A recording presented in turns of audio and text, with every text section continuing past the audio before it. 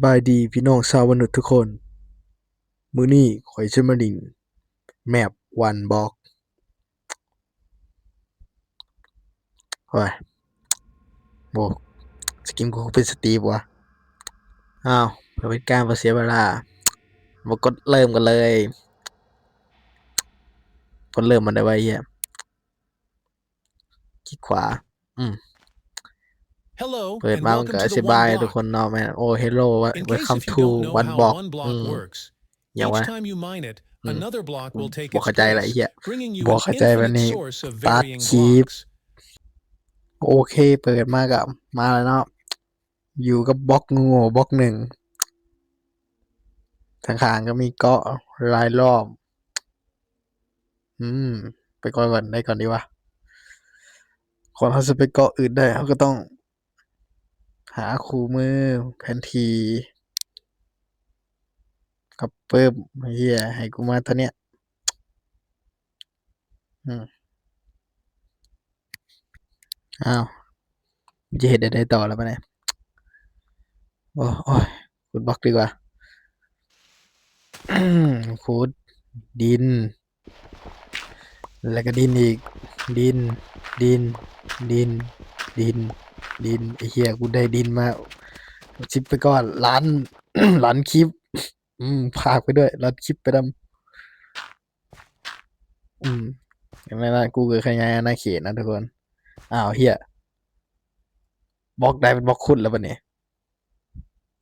สัตว์กูต้องมาเดาอีกบัดนี้นั่นถ้าบล็อกนี่ล่ะเฮ้ยหรือบล็อกนี้วะบล็อกใดวะอ๋อบล็อกนี้เฮ้ยบล็อกนี้อ่าขุดต่อลันต่อครัวกันนี่แหละเฮ้ยแกะลันไปหลังจากข่อยใช้เวลาขุดอยู่ประมาณ1ชั่วโมงเนาะมันก็ได้เกิดกล่องขึ้นมากล่องหนึ่งข้อยก็เลยวางบล็อกไปบล็อกหนึ่งแล้วนั้นก็เปิดกล่องขึ้นมาโอเคเกลือเนาะลันต่อทุกคนหลังจากนั้นกูก็ขุดดินยาวๆเลยเนาะเกิดมากูก็บ่ขุดต่อไปไอ้เหี้ยขุดเป็นมื้อเป็นเว้นน่ะบ่ได้ดร็อปหาหยังกูนอกจากดินเลยเหี้ยไก่หาไปไหมแม่งหาหยังวะ2ตัวนี้ขุดต่อเพิ่งไอ้เหี้ยโอ้ยต่อยกล้าตีกูวะเพิ่งเหี้ยอยู่ไสบินไปไกลเลยเพิ่งเวรไอ้สัตว์ตัวได้แล้วบัดนี้หลังจากนั้นข้อยก็บ่ยังเห็นเนาะขุดบล็อกโง่ๆไปเกือบ2ชั่วโมงไอ้เหี้ยเสร็จเอ้ยแต่ก็ขยายอาณาเขต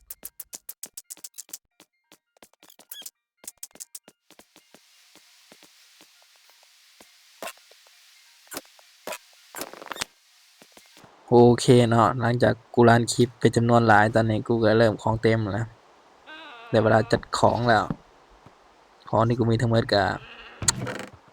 เท่านี้แหละไอ้เหี้ยหลังขุดมาเป็นชั่วโมงไอ้สัตว์กูได้เท่าเนี้ย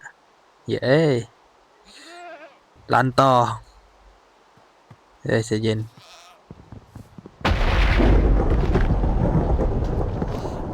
เหี้ยให้แต่ไม่กูบ่ให้ตัวน้อยกูเลยตัวหยังวะอ๋อลามะเหี้ยขุดต่อ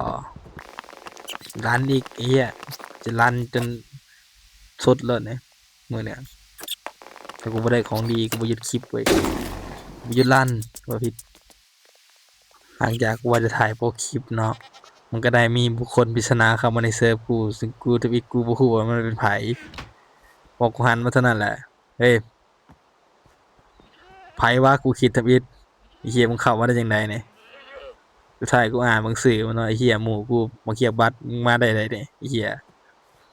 บักแขกบ่ได้รับเชิญกล้าเข้ามาในเซิร์ฟกูวะเฮ้ยโอเคกูได้แรงงานมันมาเพิ่มอีก1คนเนาะตอนนี้เนาะถือว่าโชคดีแล้วเนาะที่มันเข้ามากูเมื่อยขุดแล้วมืดมื้อเนี่ยปล่อยขุดไปหมู่หลังจากข้อยกับหมู่ได้รวมพลังกันขุดบล็อกเนาะผ่านไปประมาณ10นาทีแล้วหมู่ข้อยมันก็เริ่มเกิดความคิดพิเรนพิเรนกันเนาะโดยการมันคิดว่าถามคือว่าตอบว่าเพิ่นข้างดีบ่มันบ่ได้ถามกูดอกคิดเอาเองแหละแล้วจากนั้นกูก็ไปทางหลังของมันเนาะกูก็เลยแผนการสั่วๆเลยสวิตช์ก็ มันหันมาทันเนาะกูก็หยุดแผนการไปก่อนหันไปก่อนเฮียเกือบแล้วเวลามึงไงสัตว์พลาดได้เมื่อกี้กูใส่มึงแล้วแล้วข่อยกับบ่ยังเห็นน้องกลับมาขุดบล็อกต่อหลังจากขุดไปประมาณช่วงหนึ่งมันก็เกิดตู้มขึ้นมาไอ้เฮียกูตกใจมันกูคิดว่าเกมกูเด้งไอ้เฮียแพทย์แม่เปิดเกาะใหม่ไอ้เฮียกูนึกว่าเกมกูเด้งอีหลีได้เมื่อกี้เนี่ยไอ้เหี้ยมันไม่ได้กูคิดไอ้เฮียหมู่กูมันก็ตกใจคือกันไอ้เฮียฝากกันคิดไว้กันเกมเด้งไอ้สัสหลังจากนั้นกูก็เปิดเบิ่งกล่องเนาะโอ้ไปหาแร่ต่อเดี๋ยวจังมันว่าบักนะ ต่อไปก็บ่ยังเห็นเนาะกูก็เลยหาแร่ต่อด้วยการต่อบล็อกลงไปทั้งหลุมเพื่อที่จะเอาแร่ถ่านกับแร่เหล็กกูวางแผนว่าจะเอาแร่เหล็กไปเฮ็ดแนวตัดขนแกะเนาะเพื่อเฮ็ดเตียงไอ้สัตว์ผีแม่งเกิดเต็มอยู่แต่ละคืนไอ้สัตว์รอดบ่ได้นี่ก็บุญแล้วทุกมื้อเนี่ยอืมได้เหล็กมาแล้วโอ้โฮไอ้เหี้ยเสียวแท้วะเอาก้อนเดียวไปก่อนไอ้เหี้ยต้องกลับไปเบิ่งกับบักนั้นมันเฮ็ดหยังเมื่อกี้เนี่ยกูเห็นน้ำแวบๆไอ้เหี้ยแม่งวางกับดักอีสัตว์เอ้ยต่อบ่เต็มอีกเนาะไอ้เหี้ยเฮ็ดของมันวะ น้ำกับหินคือหยังวะโว้แบบไปของกัน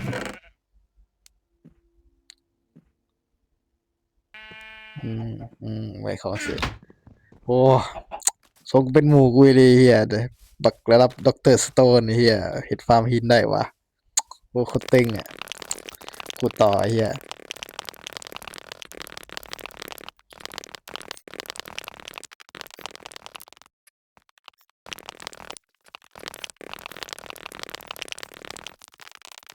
อยากกูหาแร่พอแล้วกันนะกูขึ้นมาเทิงกูก็ได้เห็นหมู่กูมันเฮ็ดฟาร์มไอ้เฮีย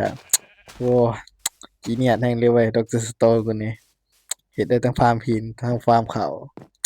เต็งเลยเว้ยมันไปไสแล้ววะเอ้ยเฮ็ดยังอะ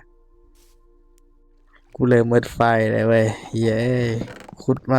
ด้นเลยนี่แม่งยังบ่เปลี่ยนยังให้กูเลยนี่เป็นหินอยู่นี่อ้าวมึงตีกูเหี้ยบัดนี้เฮ้ยไหนเนื้องัวกูอ่ะโอ้หมูที่ดีเว้ยการแบ่งปัน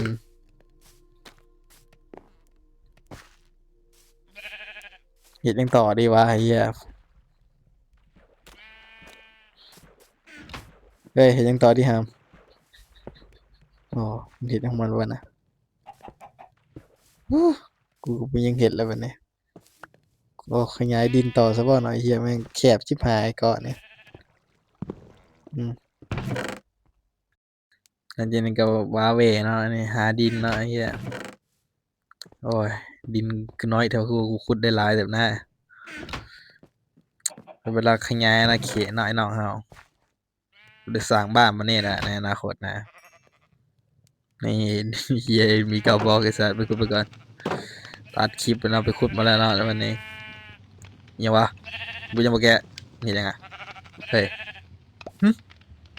โอ้ของฟรีว่ะแซ่บเซยไอ้เหี้ยโอ้มึงจะเอาอีกโต้ปะเนี่ยบ้ากูคิดว่ามึงจะเอาอีกโต้เลยเนี่ยกูเกือบได้แซ่บเด้อ เข้าแผนการเขาต่อเนาะขยายอาณาเขตนี่ดินกูขุดมาไอ้เหี้ยเกือบ2สุดไอ้สัสรันเนาะคลิปเนาะอันนี้มันเป็นเวลาที่คนน่าเบื่ออะไรกูเลยต้องรันไอ้เหี้ยมึงสู้ก็เบิ่งไปนี่แหละไอ้เหี้ยกูอยากให้คลิปมันฮอด10นาทีนี่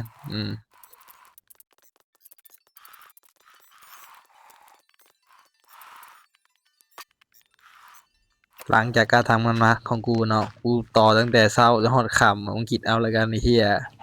นอนบักค่ำไอ้เหี้ยบ่อยากให้ผีเกิดเลวห่ำโอเคเนาะตื่นเช้ามากูก็ได้ก่อบล็อกต่อเนาะเริ่มบ่สนหาหยังแล้วก่อแล้วไปไอ้เหี้ย